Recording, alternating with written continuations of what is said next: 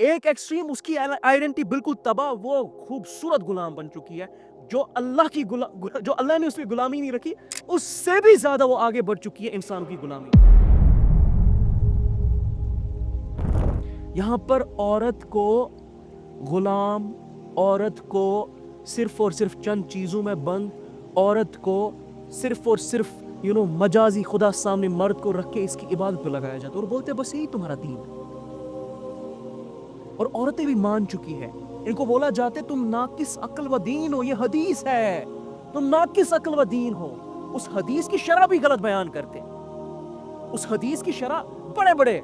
مجدد سکالرز نے کی ہے، حضرت علی نے اس حدیث کی شرح کی ہے کہ وہ حدیث کس بارے میں ہے، اور یہ لوگ ہر عورت پہ وہ حدیث فٹ کرتے اور جنرل معاملات میں فٹ کرتے، اس کی آئیڈینٹی کو ملائن کرتے ہیں، اور عورت اپنی آئیڈینٹی ملائن کرتی بھی ہے، خود کبھی کتابیں نہیں کھولتی، کبھی صحابیات کو نہیں پڑھتی، کبھی قرآن کو نہیں پڑھتی، کبھی سیرت کو نہیں پڑھتی، اپنا آئی کیو ریز نہیں کرتی، اپنا ای کیو ریز نہیں کرتی، اور کس طرح آپ سے سوال ہوگا؟ قیامت کے دن صرف مرد سے نہیں سوال ہوں گے کہ تم نے کیا کیا دنیا میں، عورت سے بھی ہونے والا ہے سوال۔ جوانی کا سوال صرف مرد سے نہیں، عورت سے بھی سوال ہے۔ قبر میں جو سوال ہے وہ مرد اور عورت دونوں کے لیے سیم ہے،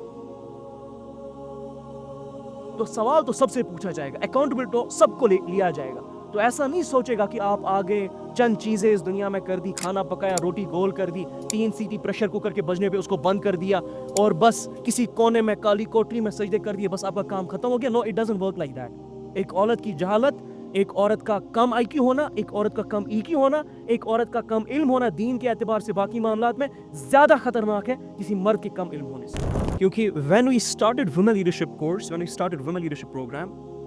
we saw 180-degree different angle, different perspective in our culture. میں نے جب صحابیات کو پڑھا، میں نے جب ان کے معاملات کو پڑھے، میں نے جب ان کا رول دیکھا اسلام کے لیے کیا تھا، ان کا رول دیکھا انسانیت کے لیے کیا تھا، رول دیکھا ان کی نسلوں کے لیے کیا تھا،